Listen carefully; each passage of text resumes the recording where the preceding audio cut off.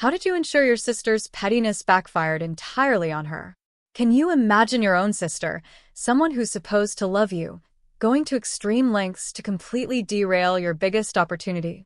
What if I told you she didn't just forget my suitcase for a dream trip, she stole my credit card too? Okay, so picture this. April, Miami. 5 days of sun, sand, and what was supposed to be the perfect beach vacation with our friend group. I'd spent months planning, coordinating outfits, really looking forward to it. My sister, Tori, and I were sharing a rental van, and she was supposed to load the bags while I parked. My bright red suitcase, packed with all these new outfits I'd bought specifically for this trip, was sitting right by the door, next to hers. She loaded everyone else's luggage, but somehow, mysteriously, forgot mine. I didn't realize it until we were at the airport, already at check-in. My heart just sank. When I asked her, Tori acted completely shocked, wide-eyed, like, "Oh my God, I thought you grabbed it." But she knew I was parking the van. I couldn't have grabbed anything. She kept insisting it was my responsibility to double-check, that I should have reminded her. Like I needed to remind her about my own luggage. Our friends felt bad, but we were already cutting it close for the flight. Tori just casually suggested I buy some clothes when we got there. "It'll be fun shopping in Miami. Anyway," she chirped. Here's the kicker. I dropped $300 on new outfits because our friend Mia was bringing her cousin, Alex, who worked at a modeling agency. Mia said Alex might have internship opportunities. I'd bought specific pieces to look professional, but beachy, Tori knew all of this. She knew how important this was to me, and she still left my suitcase behind. On the plane, she kept making these snide comments. "So forgetful, aren't we? Can't believe you didn't check the trunk." She even told our friends I'd always been scattered, and this was typical behavior. Said I'd learn a lesson about being more organized. Our friend Holly, bless her heart, actually asked why Tori hadn't noticed my bright red suitcase was missing when she loaded everything else. Tori just smirked and said, "I was focused on my own stuff. I'm not her keeper." That smirk, it just chilled me. When we landed in Miami, Tori made a huge, dramatic show of lending me one of her cover-ups from the airport. It was practically see-through, barely covered anything. She just said, "Beggars can't be choosers." And then, to everyone we passed, she'd announce, "My poor sister forgot her luggage. Isn't it generous that I'm sharing?" The humiliation was just, ugh. At the hotel, I tried to borrow some clothes until I could buy new ones. Tori, naturally, claimed she only packed enough for herself. A total lie. Tori always overpacks. She has double of everything. She grudgingly said I could borrow one outfit for dinner, but it would be the one she picked. She chose her absolute ugliest dress, 2 sizes too big, made me look like I was wearing a tent. That night, Mia's cousin, Alex, arrived. Tori immediately started spilling the beans, telling Alex how I'd stupidly left my suitcase at home. She went on about how I was always doing things like this, how she constantly had to take care of me. Alex, sweet Alex, looked so uncomfortable. "These things happen to everyone," she said. But Tori just laughed. "Not to everyone, just to people who don't pay attention." It was later that night I found out the real reason for Tori's pettiness. She'd been talking to Alex online for weeks, trying to get an internship. She didn't want any competition from me. She sabotaged my appearance, my chance to make a good impression. She figured if I looked messy and disorganized, Alex wouldn't take me seriously. She even told our friend Jenna that she needed this opportunity more than I did because she actually had talent. The next morning, I went shopping. But Tori had one more, truly jaw-dropping surprise for me.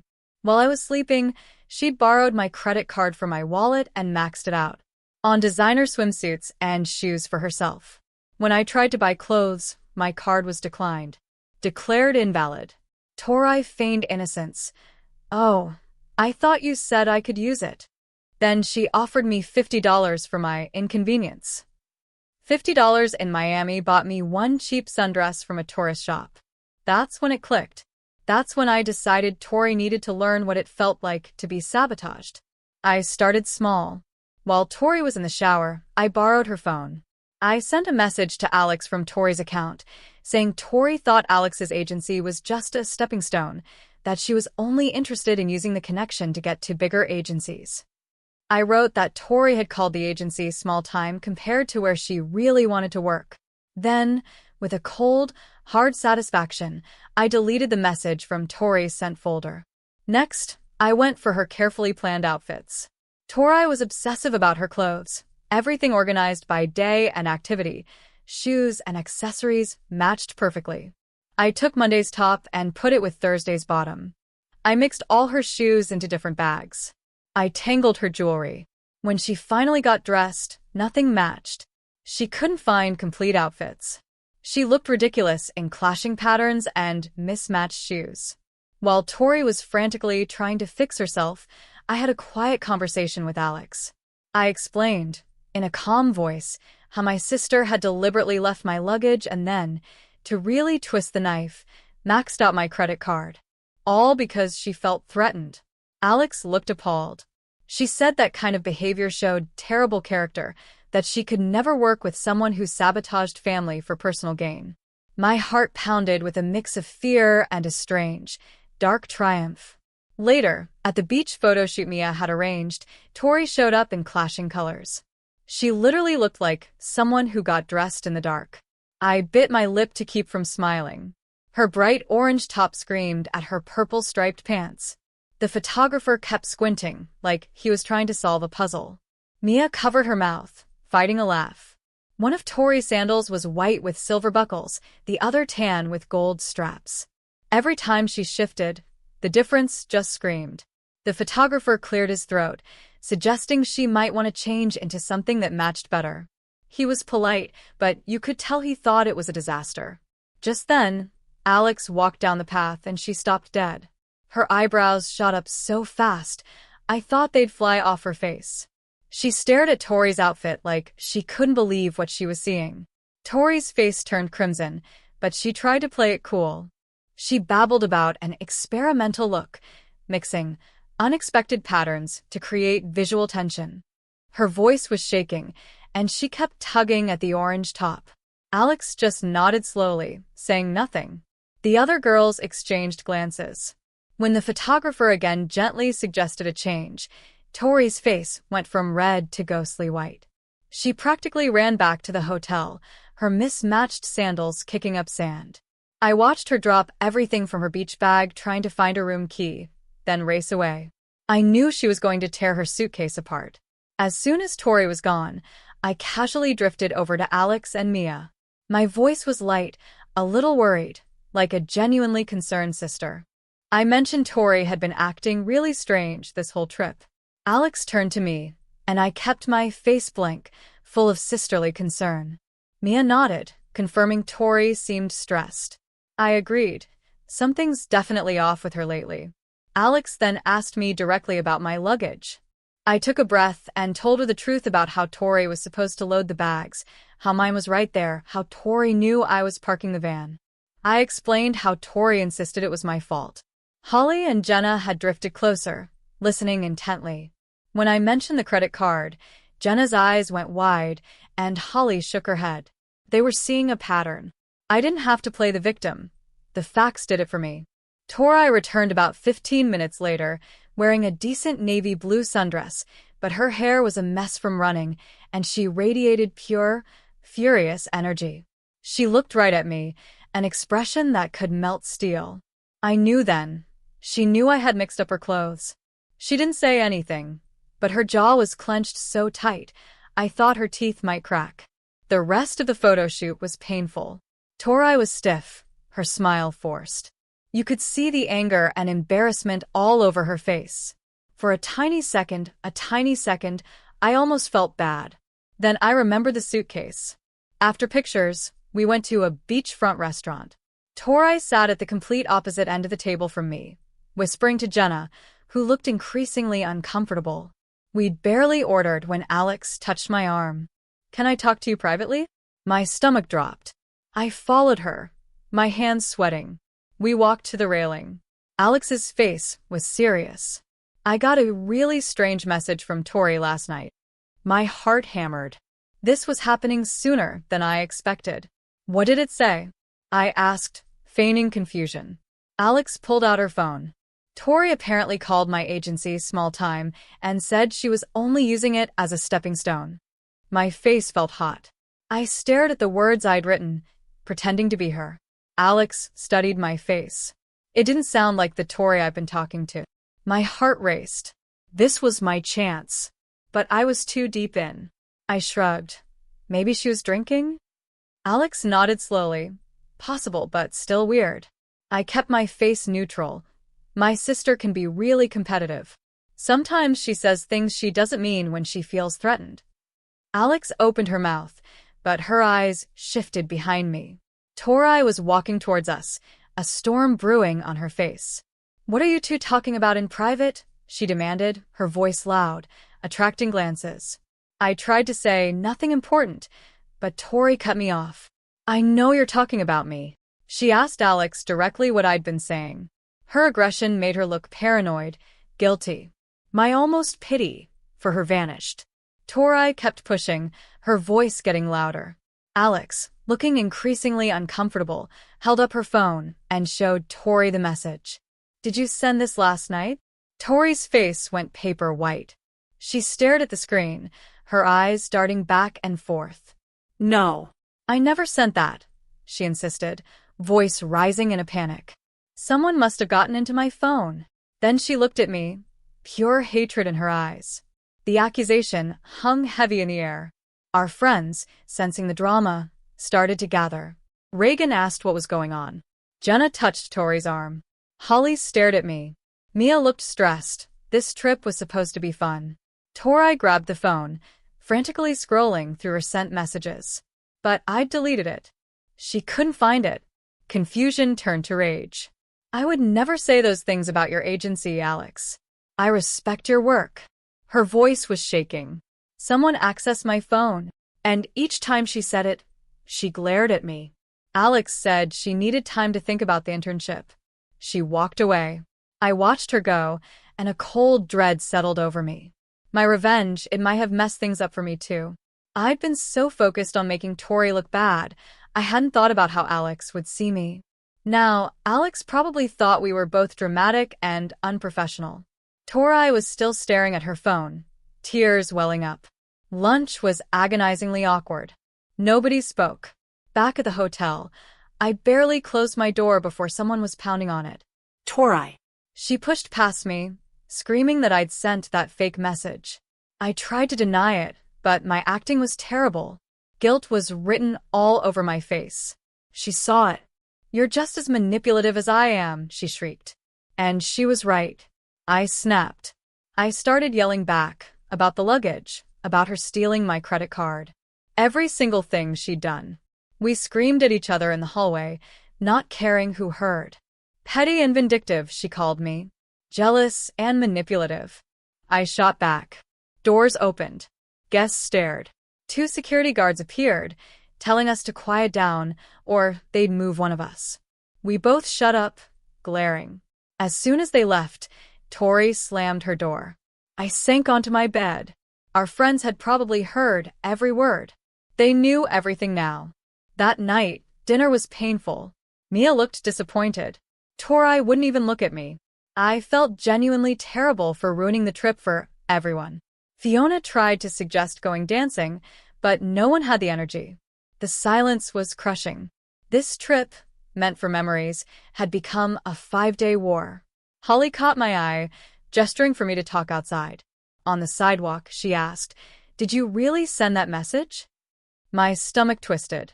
I couldn't lie anymore. I admitted everything. Holly's face showed understanding, but also disappointment.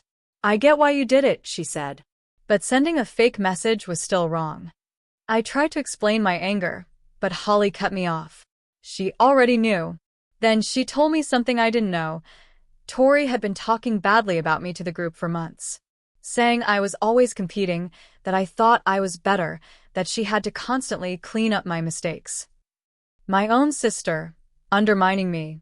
It validated my anger, but also filled me with a deep sadness. I asked Holly why she hadn't told me. She'd thought it was just normal sister stuff. I looked down at my sandals. Should I come clean to Alex? Holly was quiet. That's up to you. But your revenge made you look just as bad as Tori. She said we were both acting terribly. I went back to my room, feeling sick. The next morning, a heavy feeling in my chest. I'd become exactly the kind of person I hated. I'd wanted Tori to face consequences, but I'd just turned into a liar and a manipulator. Alex was right to turn down both of us. We couldn't be trusted. At breakfast, Kiana waved me over. She didn't pick sides, just said we'd both been acting terrible. She came to relax, not to watch two sisters destroy each other. I saw Tori across the restaurant, crying, Jenna comforting her. Part of me felt satisfied, but a bigger part felt guilty. Watching my sister cry made me realize how much damage we'd caused. Sterling came over, his face serious. He suggested we talk. He offered to mediate. I reluctantly agreed. He went to Tori, who shook her head violently, saying I was a liar, a manipulator, that she wouldn't talk to me until I admitted what I did to Alex. I spent the rest of the day alone on the beach. Excluded. The loneliness hit me hard. I'd spent hundreds, used vacation days. For this? Regret. That evening, a text from Mia. Are you okay? I wish the trip hadn't turned into such a mess. I apologized. Her response, you both need to work on your issues. This pattern of attacking each other is unhealthy. She was right. Later, a knock on my door. Alex. She asked if we could talk on the balcony. My stomach twisted. This was it. On the balcony, overlooking the city lights, she asked me directly, did you send that message? I knew she already knew. My throat tightened. I tried to think of another lie, but I couldn't. I started crying, admitting everything. The fake message, mixing up outfits. The luggage, the maxed-out credit card. How Tori sabotaged me for the internship. How I just wanted her to feel what it was like.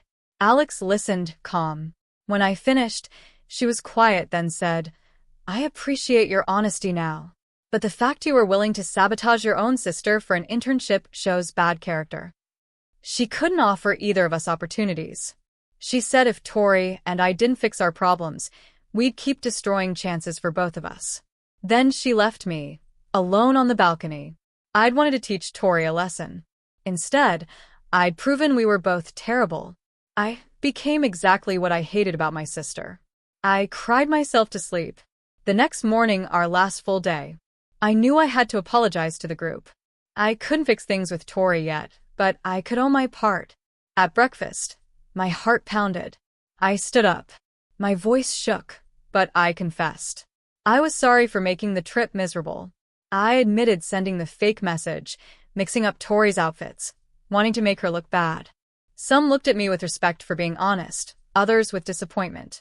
Tori sat perfectly still, fork halfway to her mouth. She didn't move, didn't speak. When I sat down, she stood up, placed her napkin on the table, picked up her phone, and walked out. The door closed. Everyone looked at me. My face burned. Reagan put her hand on my arm. It took guts to admit what you did. But actions have consequences. People might not trust you the same way. She was right. The day was spent trying to make amends. I paid for lunch, suggested activities, carried bags. Holly told me it would take time.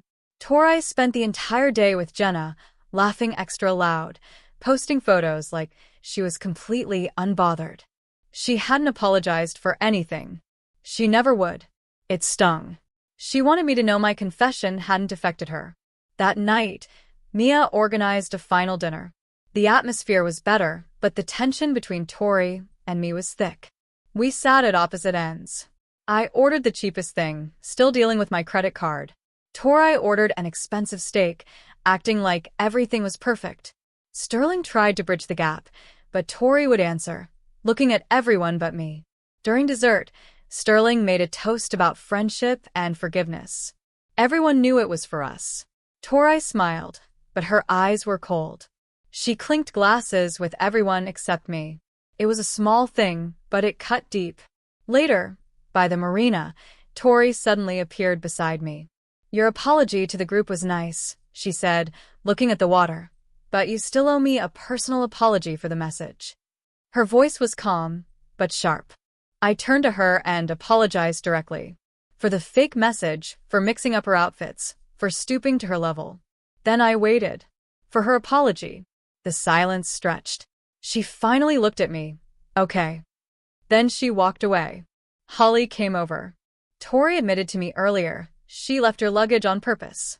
My hands gripped the railing. Hearing it out loud made it real. "Tori felt justified," Holly explained, "because she thinks I've always gotten more attention, more opportunities. She believes our parents favor me." Anger flared in my chest. That didn't excuse sabotaging me, stealing my money. I started to say how unfair it was, but Holly cut me off. "You can't control Tori's behavior, only your own. The important thing is you owned up to your mistakes, even if Tori won't." It frustrated me, but she was right. The flight home was silent. Mia hugged me goodbye, her voice tired. I carried my cheap Miami suitcase. Tori walked past without a word. My parents knew something was wrong. They called a family meeting.